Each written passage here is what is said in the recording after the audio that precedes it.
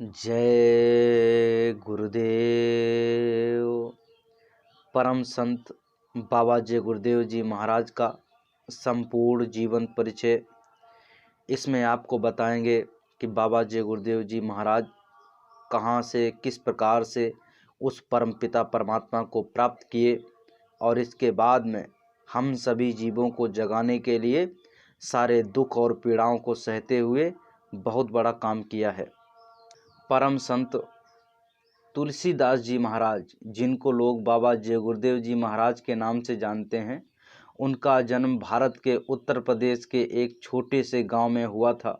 बचपन में ही माता पिता परलोक सिधार गए।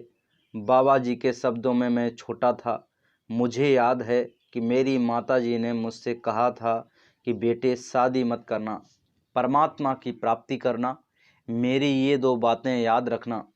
पिताजी की स्मृतियों को साकार करते हुए बाबा जी ने बताया था कि मेरे पिताजी बुद्धिमान व्यक्ति थे। मैंने बचपन में एक बार शरारत बस अपनी आँख में मदार का दूध डाल लिया था, यानी जिसे अकौवा कहते हैं। पिताजी ने जब देखा तो मुझे उठाकर पोखर में डिबो दिया। लोगों ने समझा कि उन्होंने गुस्से में आकर के ऐसा किया। पोखर में डूबने से मेरी आंख से दूध निकल गया और मेरी आंख खराब होने से बच गई। देखिए, उनके पिताजी बहुत ही विद्वान व्यक्ति थे। ऐसे ही एक बार बाबा जय गुरुदेव जी भावुक हो उठे थे। उनके पास एक वृद्धा आई और रोकर कहने लगी कि मेरे बहू और बेटे मुझे पूछते नहीं हैं, मुझे बड़ा कष्ट देते हैं। बाबा जी यह सुनकर दर्द से भर उठे थे और बोले कि जब मैं ये सुनता हूँ कि लोग अपने माँ बाप को पूछते नहीं हैं तो मुझे बड़ा धक्का लगता है। काश मेरे माँ बाप रहते तो मैं उनकी इतनी सेवा करता कि ज़रा भी तकलीफ़ नहीं होने देता। दुनिया भी क्या है, जिसे माँ बाप की कमी हो जाती है वह उनके लिए तड़प उठता है, और जिसे माँ बाप का साया मिलता है वह उसे नकार कर अपनी दुनिया में खो जाता है। बाबा जी की सेवा भावना को देखने का मुझे सौभाग्य प्राप्त हुआ। स्वामी जी महाराज के गुरु महाराज की धर्म पत्नी, जिन्हें सब लोग माता जी कहते थे, उनकी सेवा स्वामी जी ने की थी। जब माँ बेटे का प्रसंग छिड़ा तो एक बात और बताना आवश्यक हो गया है, जिसके ना बताने पर एक महत्वपूर्ण प्रसंग अधूरा रह जाएगा। बाबा जी की एक वृद्धा नामदानी शिष्या थीं, श्यामबाई रथी उर्फ जसोदा मैया। उन्होंने बाबा जी को पुत्र रूप में माना था और अपने उपनाम के अनुसार बाबा जी उनके लिए कृष्ण यानी किशन थे। वो इसी नाम से उन्हें पुकारती थीं। अपने अंतिम दिनों में वह चिरौली संत आश्रम, यानी जो हमारा कृष्णा नगर में आश्रम है, वहाँ पर रहती थीं। मथुरा में ही आकर रहने लगी थीं। यह आश्रम बाबा जी के पुराने आश्रम के रूप में जाना जाता है। जब जसोदा मैया का शरीर छूटा था तो बाबा जी ने उनको कंधा दिया और मुखाग्नि भी दी। कुछ लोगों ने बाबा जी को नीति सिखाई थी कि आप साधु हैं, आप कंधा मत दीजिए। बाबा जी ने जवाब दिया था कि उसने मुझे बेटा माना था, बेटा होने के नाते मेरा कर्तव्य है कि मैं अपनी माँ का कंधा दूं और मुखाग्नि दूं। सब नतमस्तक हो गए थे। यह सुनकर माँ के अंतिम वाक्य बाबा जी के लिए प्रेरणा के स्रोत बन चुके थे और वे अल्प आयु में ही परमात्मा की खोज में निकल पड़े। जितने मजहब, धार्मिक संप्रदाय, साधु, महात्मा, पीर, फकीर, औलिया मिले, सबका दरवाज़ा खटखटाया। तरह तरह की छोटी बड़ी सेवाएं की। किस लिए? कोई आन मिलावे मेरा प्रीतम प्यारा, यानी कोई हमें परमात्मा से मिला दे। परमात्मा की खोज और लगन में कब बचपन निकल गया, कब किशोरावस्था निकल गई, कब युवा अवस्था आ गई, कुछ होश ही नहीं रहा। पर खोज जारी रही। आखिर में निराश होने लगे। मानव जीवन बेकार लगने लगा, जिंदगी भार बन गई। अंततः जब बाबा जी ने जिंदगी को अलविदा कहने की ठानी तो एक प्यार भरा हाथ उनके कंधों पे आ पड़ा और आवाज़ आई कि बस थोड़ी सी और खोज कर लो, मंजिल मिलने ही वाली है। फिर बाबा जी में एक प्रेरणा जाग उठी और फिर वो पूरे जोश के साथ चल पड़े उस महापुरुष की तलाश में, उन्हें प्रभु का दर्शन करा सके। एकदम जोर शोर के साथ में चल पड़े गुरु महाराज। खोज की तपस्या पूरी हुई और बाबा जी को वह महान हस्ती मिली। अलीगढ़ जिले के छोटे से गांव चिरौली में एक साधारण ब्राह्मण परिवार के पंडित घूरेलाल जी शर्मा के रूप में सादा सरल जीवन था गुरु जी का, लेकिन परमार्थ के धनी थे। बाबा जी ने सामने अपनी मंजिल देखी तो बाड़ी अवरुद्ध हो गई, आंखें छलकने लगीं। ये वही महापुरुष थे जिन्होंने निराशा के अंधकार में आशा की किरण दिखाई थी। अब कहने सुनने को क्या रहा और चरणों में झुक गए। गुरु भी दुर्लभ, चेला दुर्लभ, बड़े भाग से मेल मिला। गुरु जी भाव विभोर थे ऐसे शिष्य को देखकर, और शिष्य वो तो धन्य धन्य हो रहा था। गुरु जी ने कहा कि अब तो तुझे बुला लिया ना, कश्मीर की पहाड़ी की चोटी से मौत को गले लगाने के लिए। बाबा जी के कदम बढ़ने ही वाले थे कि यही महापुरुष वहाँ प्रकट हुए और कहा कि चिंता मत कर, तुझे बुला लूँगा।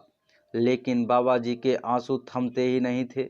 उसी वक्त बाबा जी को उनके गुरु महाराज ने नामदान यानी प्रभु की प्राप्ति का मार्ग बताया और वे साधना में लग गए। 24 घंटे में एक रोटी खाना और 18 घंटे साधना अवस्था में बैठे रहना, यह बाबा जी का नियम था। बाबा जी की डायरी से ये मालूम हुआ, जिसमें लिखा था कि जब मैं गुरु के पास पहुंचा तो कार्तिक का महीना था, जाड़ा प्रारंभ हो रहा था। गुरु महाराज ने दर्शन देते ही मुझे उपदेश दे दिया था। मैंने उनकी आज्ञा लेकर साधना प्रारंभ कर दिया। जिस दिन से साधना शुरू की उसी दिन से चित्त की चंचलता शुरू हो गई, किंतु गुरु से अर्ज करता था कि मेरा चित्त स्थिर नहीं रहता, वह साधन के वक्त भागता दौड़ता है। गुरु समझाते थे कि वक्त साधन के तुम हमारे रूप का दर्शन कर लिया करो, और जब मन ना माने तो रोया करो। जब साधन में चित्त और इंद्रियां चलायमान होती थीं, तब मैं गुरु की देह स्वरूप आकार को ध्यान में लाता था। जब गुरु का आकार सामने आता था तब मन चित्त रुक जाया करता था और किसी जगह भागता नहीं था। जब चित्त एक जगह रुक गया तो भक्त भजन के शब्द, घंटा, शंख और ऊपर की ध्वनि सुनाई देती थी। धुन सुनने से बहुत आनंद आता था। मालूम होता था कि मैं गर्मी से सर्दी में आ गया हूँ और यह सर्दी अधिक शीतल देने वाली है। थोड़ी देर मन चित्त रुका कि भाग खड़ा हुआ। कभी कहता था कि तुमको संसार का अनुभव नहीं हुआ है, कभी कहता था कि तुम बगैर धन के कैसे रहोगे। फिर मैं सोचता था कि गुरु की कृपा होगी तो सब ठीक रहेगा। फिर समझा बुझाकर भजन में इसको लगाता था। बाबा जी कभी चिरौली, अलीगढ़ जाकर गुरु महाराज के पास में सेवा साधन करते, फिर कभी दूर चले जाते और एकांत में साधन करते।